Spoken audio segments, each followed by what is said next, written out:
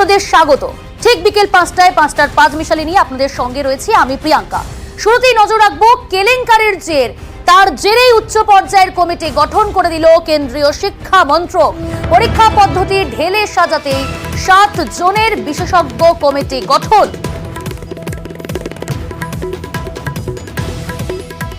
আপনাদের জানিয়ে রাখবো, কেলেঙ্কারির জেরে উচ্চ পর্যায়ের কমিটি গঠন করল কেন্দ্রীয় শিক্ষা মন্ত্রক। পরীক্ষা পদ্ধতি ঢেলে সাজাতে 7 জনের বিশেষজ্ঞ কমিটি 2 মাসের মধ্যেই জমা দিতে হবে কমিটিকে রিপোর্ট। নিট এই কেলেঙ্কারির জেরেই কিন্তু এই কমিটি গঠন করে দেওয়া হলো কেন্দ্রীয় শিক্ষা মন্ত্রকের তরফে। রয়েছে আমাদের সঙ্গে প্রতিনিধি মৈত্রেয়ী। কমিটির কাজ কি? দেখো, এই কমিটির মূলত 3টি কাজ বেঁধে দেওয়া হয়েছে। এই 7 সদস্যের যে বিশেষজ্ঞ কমিটি রয়েছে তার প্রথম কাজ হচ্ছে পরীক্ষার যে গোটা প্রক্রিয়াটি রয়েছে, অর্থাৎ ন্যাশনাল টেস্টিং এজেন্সি তারা যেভাবে পরীক্ষা নিতেন সেই পরীক্ষার যে খোলনালছে সেই বিষয়টা সম্পর্কে সম্পূর্ণভাবে খতিয়ে দেখা যে সেই পরীক্ষা পদ্ধতি ফুলপ্রুফ কিনা। এর পাশাপাশি তাদেরকে দেখতে হবে যে এই যে বিভিন্ন প্রশ্নপত্র লিক হয়ে যাওয়ার এবং একেবারে ডার্ক ওয়েবে চলে যাওয়ার মতো ঘটনা ঘটছে, সেক্ষেত্রে দাঁড়িয়ে কিভাবে প্রশ্নপত্রের নিরাপত্তা সুনিশ্চিত করা যায়, অর্থাৎ ডেটা সিকিউরিটির ওপরে তাদের কি পরামর্শ রয়েছে, এবং তার সঙ্গে সঙ্গে এনটিএ বা ন্যাশনাল টেস্টিং এজেন্সির যে স্ট্রাকচার রয়েছে, অর্থাৎ যে পরিকাঠামো দিয়ে যেভাবে তারা কাজ করছেন সেই কাজটাও ঠিকভাবে হচ্ছে কিনা তার পরিপ্রেক্ষিতেও কিন্তু পরামর্শ দিতে হবে। অর্থাৎ এনটিএ কোনো গঠনগত পরিবর্তন প্রয়োজন আছে কিনা সে বিষয়ে কিন্তু এই 7 সদস্যের বিশেষজ্ঞ কমিটি তারা পুনর্বিবেচনা করবেন, পরীক্ষার পদ্ধতি তারা পুনর্বিবেচনা করবেন এবং 2 মাসের মধ্যে কেন্দ্রীয় শিক্ষা মন্ত্রককে তারা তাদের রিপোর্ট দেবেন। বেশ,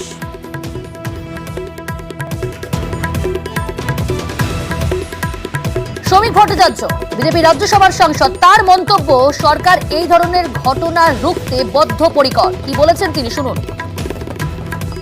চারিদিকে প্রশ্নপত্র ফাঁসের ঘটনা ঘটছে, এটা অত্যন্ত বিপজ্জনক। সেই জন্য কেন্দ্রীয় সরকার একটি কঠোর আইন এনেছে। এই আইন এ ধরনের চক্রকে ভীত সন্ত্রস্ত করবে। সরকার এ ধরনের ঘটনা রুখতে বদ্ধপরিকর। এই ধরনের দুর্নীতির বিরুদ্ধে লড়াই সরকারের জিরো টলারেন্স। এনটিএ কে কেন্দ্র করে সুপ্রিম কোর্টের যে অবজারভেশন ছিল এবং তার পরবর্তীকালে নেটের প্রশ্নপত্র ফাঁস হওয়ার আগেই এখানে সিবিআই তদন্তে নির্দেশ দেওয়া হয়েছে। পাল্টা কুণাল ঘোষ, তার মন্তব্য যে কোনো কেলেঙ্কারি বিজেপির ক্ষমতা থাকা অবস্থায় সব থেকে বড় কেলেঙ্কারি, বিচার বিভাগীয় তদন্ত হওয়া উচিত। কি বললেন কুণাল ঘোষ, আর শুনুন আপনারা। দেশের মধ্যে বৃহত্তম পরীক্ষার কেলেঙ্কারি এটা বিজেপি জমানায় এই এখন নরেন্দ্র মোদী সরকারের আমলে হচ্ছে। অবিলম্বে বিচার বিভাগীয় তদন্ত দরকার। নিজেদের ডিপার্টমেন্টের কেলেঙ্কারি নিজেদের সিবিআই কে দিয়ে এরা ধামাচাপা দেওয়ার চেষ্টা করছে। সুপ্রিম কোর্টের কোনো মহামান্য বিচারপতির তত্ত্বাবধানে অবিলম্বে এর তদন্ত হওয়া উচিত এবং যারা ধেড়ে ইঁদুর, যারা প্রভাবশালী, এদের প্রত্যেককে তো অ্যারেস্ট করতে হবে, কাস্টাডিতে নিতে হবে। কাস্টাডিতে নিয়ে জিজ্ঞাসাবাদ করে এই চেন, এই র্যাকেট, এই দুষ্টচক্র, এই হাজার হাজার কোটি টাকা তোলার খেলা, ছাত্রছাত্রীদের ভবিষ্যৎ নষ্ট করে, তো সেই তদন্ত তো এগোতে হবে। রাজ্যপাল শপথ সংঘাত, রাজভবনে শপথ নেওয়ার আমন্ত্রণ বোসে, 2 নবনির্বাচিত বিধায়ককে শপথের আমন্ত্রণ। আমাদের সঙ্গে রয়েছে আমাদের প্রতিনিধি আবির। বিধানসভাতেই বিধায়কদের শপথের রীতি, রাজভবনে কেন, এই প্রশ্ন তুলছে রাজ্যের শাসক দল তৃণমূল কংগ্রেস। এবার শপথ সংঘাত রাজ্যপালের মধ্যে।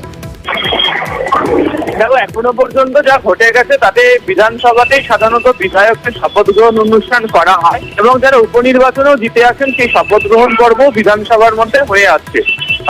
এর আগেও শপথ গ্রহণ পর্ব গিয়ে দেখতে পাওয়া গিয়েছিল যে রাজভবনের সঙ্গে রাজ্য পরিষদীয় দপ্তরের বিধানসভার এরিয়াটা দূরত্ব বারবার ধরে তৈরি হয়। এখনো দেখতে পাওয়া যাচ্ছে যে বিধানসভার তরফ থেকে, পরিষদীয় দপ্তরের তরফ থেকে বারবার চিঠি পাঠানো হয়েছে রাজভবনের কাছে। তারা যে নথি পেয়েছিল সেই নথি পাঠানো হয়েছে, তবে শপথের দিনক্ষণ এখনো পর্যন্ত জানা যায়নি।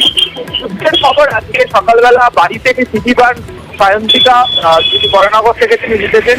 একই সঙ্গে ইমেল মারফত তার কাছে একটি নথি গিয়েছে, সেখানে উল্লেখ করা হয়েছে যে 26 তারিখ 12:30টার সময় তার শপথ হবে। সূত্রের খবর যে ভগবানগোলা থেকে তিনি জয়ী হয়েছেন, তার কাছেও একই রকমের চিঠি পাঠানো হয়েছে, যদিও তিনি এখনো পর্যন্ত কোনো চিঠি রিসিভ করেননি বলে তিনি জানিয়েছেন, অথবা তার কাছে পৌঁছয়নি বলে তিনি উল্লেখ করেছেন। ফলে এই যে মনে করা হচ্ছে যে পরিষদীয় দপ্তর এবং বিধানসভা তাদের দুজনকে এড়িয়ে সরাসরি রাজভবনের তরফ থেকে এইভাবে চিঠি প্রার্থীদের কাছে পাঠানো, জয়ীদের কাছে পাঠানো, এই গোটা বিষয়টিকে নিয়ে নতুন করে চর্চা শুরু হয়েছে এবং এক্ষেত্রে রাজভবনের যে ভূমিকা, সেই ভূমিকা নিয়ে প্রশ্ন তুলছেন তৃণমূল কংগ্রেসের যারা রয়েছেন তারাও। বেশ, সঙ্গে থাকো অবির।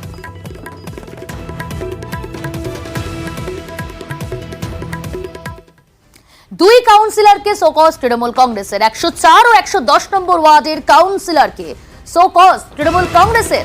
রয়েছে আমাদের সঙ্গে প্রতিনিধি আবির। আবির, ঠিক কি কারণে দুই কাউন্সিলরকে রাজ্যের শাসক দল তৃণমূল কংগ্রেস শোকজ করলো? গত মঙ্গলবার দিনকে পাটুলি এলাকাতে একটি গন্ডগোল হয়েছিল। সেই গন্ডগোলে একটি অফিসের চেয়ারকে বসাকে কেন্দ্র করে দুই কাউন্সিলর এবং তাদের অনুগামীদের মধ্যে গন্ডগোল হয় এবং এই গন্ডগোলের জেরে এক কাউন্সিলর তিনি প্রাপ্ত হন, তাকে হাসপাতালেও ভর্তি করা হয়।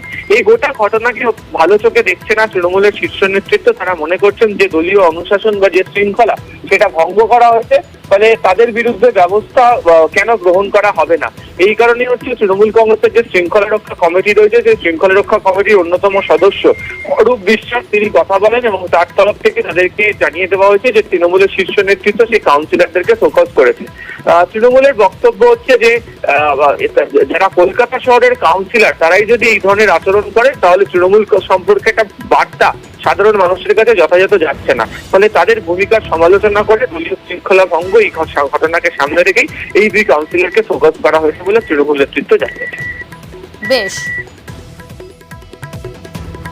কলকাতা পুরসভার কিছু কিছু ওয়ার্ডের কাউন্সিলরদের কিছু অনভিপ্রেত আচরণ লক্ষ্য করা যাচ্ছিল কয়েকদিন ধরে। এই বিষয়ে দল কঠোর অবস্থান নিয়েছেন। দলের যে ডিসিপ্লিনারি কমিটি আছে গতকাল শোকজ নোটিশ ইস্যু করেছেন 110 নম্বর ওয়ার্ডের স্বরাজ মণ্ডলকে এবং 104 নম্বরের তারকেশ্বর চক্রবর্তীকে। যে দলের মুখ তাতে কিছুটা হলেও মলিন হয়েছে, মিডিয়ার কাছে যেভাবে তারা স্টেটমেন্ট করেছেন এই বিষয়ে তাদের কাছ থেকে জবাব চাওয়া হয়েছে। মানিকতলা বিধানসভার 14 নম্বর ওয়ার্ডে তোলাবাজির অভিযোগ, কুমোরপাড়ায় প্রতিমা পিছু টাকা আদায়ের অভিযোগ। সমস্যা মেটাতেই কাউন্সিলরকে কড়া নির্দেশ তৃণমূল কংগ্রেসের। কর্মী সভায় কড়া বার্তা কুণাল ঘোষেরও। মানুষ বিরক্ত হয়ে অন্য দলকেই ভোট দেবে বলেই মন্তব্য করছেন কুণাল ঘোষ। উপনির্বাচনে তৃণমূলের পর্যবেক্ষকের কড়া মন্তব্যেই জোর শোরগোল। ছোটখাটো কমপ্লেন আছে, ওটা ভোলাটা দেখে নেবে। যেখানে ঠাকুর গড়া হয় সেখান থেকে একটা অভিযোগ এসছে আমাদের সঙ্গে থাকা দু একজন তাদের কাছে কোনো অন্যায় আবদার টাবদার করছে। কোনো অবস্থায় দরকার হলে তুমি গিয়ে তাদের সঙ্গে ভোলাটা কথা বলে নাও। কারোর মনে যেন এতটুকু ক্ষোভ না থাকে যেটা এসে এই বাই ইলেকশনে আমি রাগের চোটে ভোট দিতে গেলাম না বা আমি অন্য কোনো জায়গায় রাগ দেখিয়ে ফেললাম, সেটা করা যাবে না।